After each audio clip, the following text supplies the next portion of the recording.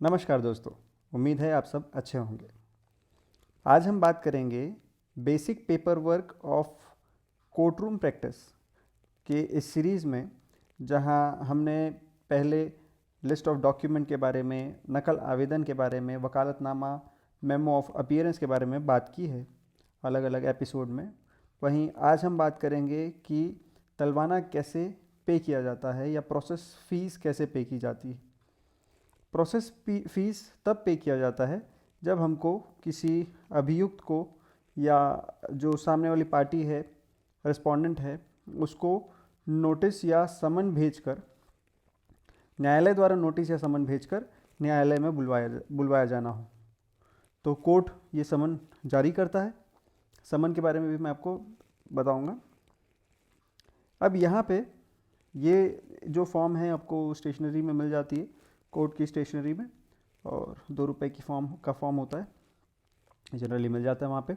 तो मैं इसको कैसे फिल करते हैं वो बताता हूँ।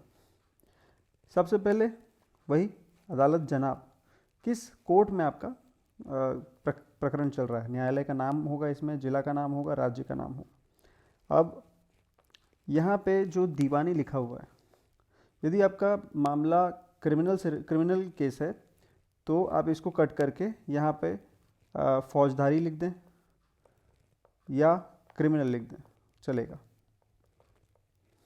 अब उसके बाद ये तलवाना जो है तब पटाया जाता है जब आपका केस रजिस्टर हो चुका होता है।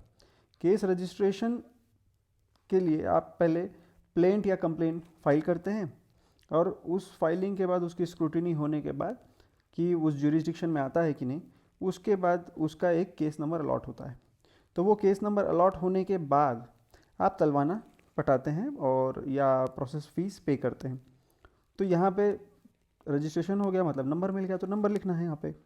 अब अगली पेशी की तारीख उस समय तक हो सकता है नहीं आई होगी, या यदि आप दूसरी बार तलवाना पे कर रहे हैं तो आपको पेशी की दिनांक पता होगी, तो यहाँ पे पेशी की दिनांक उस समय लिखना है, और उस पर्टिकुलर पेशी से पहले का जो आदेश का दिनांक है वो यहाँ पे लिखना है।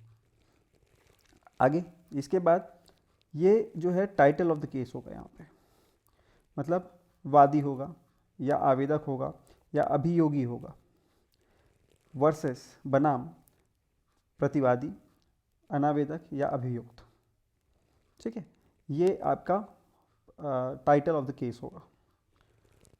अब इसके बाद जो डिटेल ये कॉलम है उसके बारे में बात करते हैं।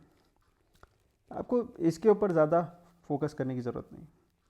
इसकी जगह आप यहाँ पे क्या करेंगे, जिस व्यक्ति को बुलाना है, किस व्यक्ति को बुलाना है, मान लो किसी अभियुक्त को बुलाना है, किसी आरोपी को बुलाना है, तो उसका नाम, पिता का नाम, उम्र, पता, पिन कोड और फ़ोन नंबर। फ़ोन नंबर भी इम्पॉर्टेंट है, पिन कोड भी इम्पॉर्टेंट, बहुत ज़रूरी है ये दोनों। ठीक है, याद से लिखिएगा। और यदि प्रकरण में एक ही आदमी नहीं है, दो आदमी है, 3 आदमी है, या एक से अधिक आदमी है, तो उनका भी नाम यहीं पे 1, 2 और 3 करके से लिखा जाएगा, और प्रत्येक व्यक्ति के बारे में ये जानकारी पूरी लिखी जाएगी। अब मैं आपको बता देता हूँ कि कोर्ट के प्रोसीडिंग्स में जब किसी व्यक्ति का परिचय देना होता है, चाहे वो सत्यापन में हो या एफिडेविट में हो, या जब उसका हम प्लेंट या कंप्लेंट बनाते हैं तो उसका जो टाइटल होता है, फॉर एग्ज़ाम्पल आवेदक यदि फॉर एग्ज़ाम्पल XYZ है, तो इसको सिर्फ XYZ नहीं लिखेंगे, इसका पूरा परिचय इस तरीके से दिया जाता है। पहले उसका नाम लिखेंगे, पिता का नाम लिखेंगे, उम्र लिखी जाती है, पता लिखा जाता है, पिन कोड लिखा जाता है और फ़ोन नंबर लिखा जाता है। तब उसका कंप्लीट इन्फॉर्मेशन पता चलता है। क्यों? क्योंकि इसी के माध्यम से अगली जो पार्टी है वो भी आपको एड्रेस करेगी, और न्यायालय भी जब समन या वारंट जारी करेगा तो इसी एड्रेस पे, इसी नाम पे जारी करेगा। इससे जो पोस्टमैन है उसको आप तक पहुंचने में, या फिर जो सेकंड पार्टी है वो उसको तक पहुंचने में आसानी हो जाती है। इसके बाद यहाँ पे दिनांक लिखा जाएगा, स्थान लिखा जाएगा। अब यहाँ पे ये जो 4th कॉलम है, तलवाने की तफसील, इसमें हम लिखते हैं कि या तो साधारण या पंजीकृत डाक से नोटिस या समन जारी किया जाए। ये समन की बात हो गई। लेकिन यदि वारंट जारी कराना है तो यहाँ पे लिखेंगे आदेशानुसार साधारण एवं पंजीकृत डाक से नोटिस या नोटिस समन की जगह वारंट आ जाएगा, वारंट जारी किया जावे। ये हो गया। अब जब साधारण एवं पंजीकृत मतलब सिंपल फॉर्मेट में या पंजीकृत यानी रजिस्टर्ड एडी के द्वारा, रजिस्टर्ड एक्नॉलेजमेंट के द्वारा यदि हम समन जारी करवाना चाहते हैं तो 4 रुपये प्रति व्यक्ति के हिसाब से इसमें टिकट लगाना होता है। 4 रुपये प्रति व्यक्ति मतलब एक व्यक्ति यहाँ, दूसरा व्यक्ति यहाँ, तीसरा व्यक्ति यहाँ, जितने भी व्यक्ति को एक जैसा ही समन भेजना है उन सब के लिए 4-4 रुपये प्रति व्यक्ति के हिसाब से कोर्ट फीस लगती है। इसके बाद हम जनरली यहाँ पर टिप लिख देते हैं ताकि हमको जब समन भेज रहे हैं तो उसमें ज़्यादा खर्च ना आए। खर्च कैसे आता है, जब आप जो लिस्ट ऑफ डॉक्यूमेंट आपने बनाया है वो सारी चीज़ें भी आप यदि भेज देते हो तो एक तो उसके फ़ोटोकॉपी का खर्चा बढ़ जाता है और उसका वेट बढ़ने की वजह से पोस्टल खर्चा बढ़ जाता है, पोस्ट जब आप करते हो तो उसका खर्चा बढ़ जाता है। तो हम यहाँ पे लिख देते हैं कि परिवाद की 2 प्रतियाँ एवं पावती में 2 लिफाफे संलग्न हैं।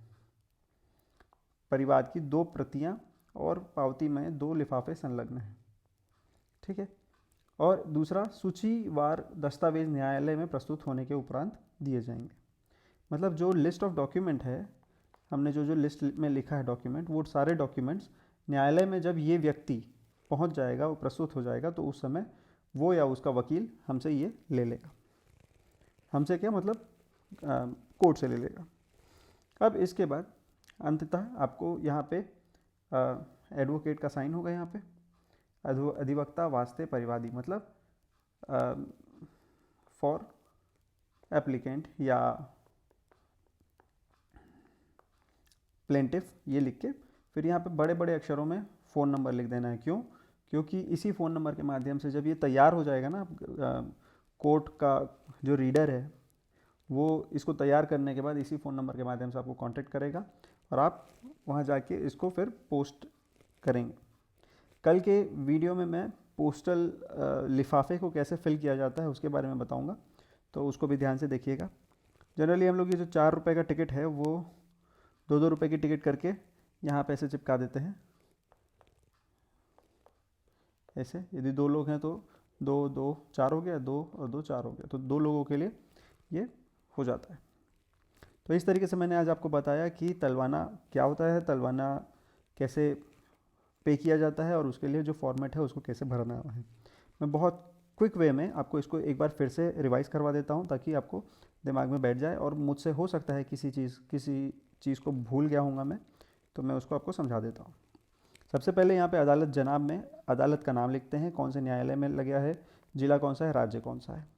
श्रीमान न्यायाधीश या श्रीमान प्रथम श्रेणी न्यायाधीश, ये सब ऐसे करके लिखना होता है। फिर यहाँ पे दीवानी नंबर या फिर फौजदारी नंबर या क्रिमिनल नंबर या सिविल नंबर ऐसे करके लिख दो, जिस टाइप का केस है। केस की प्रकृति लिखी जाती है जनरली, और उसके बाद फिर उसका नंबर। क्यों? क्योंकि जब आपका केस रजिस्टर हो चुका है तो उसके बाद ये जो रजिस्ट्रेशन नंबर है वो इसमें लिख दिया जाता है।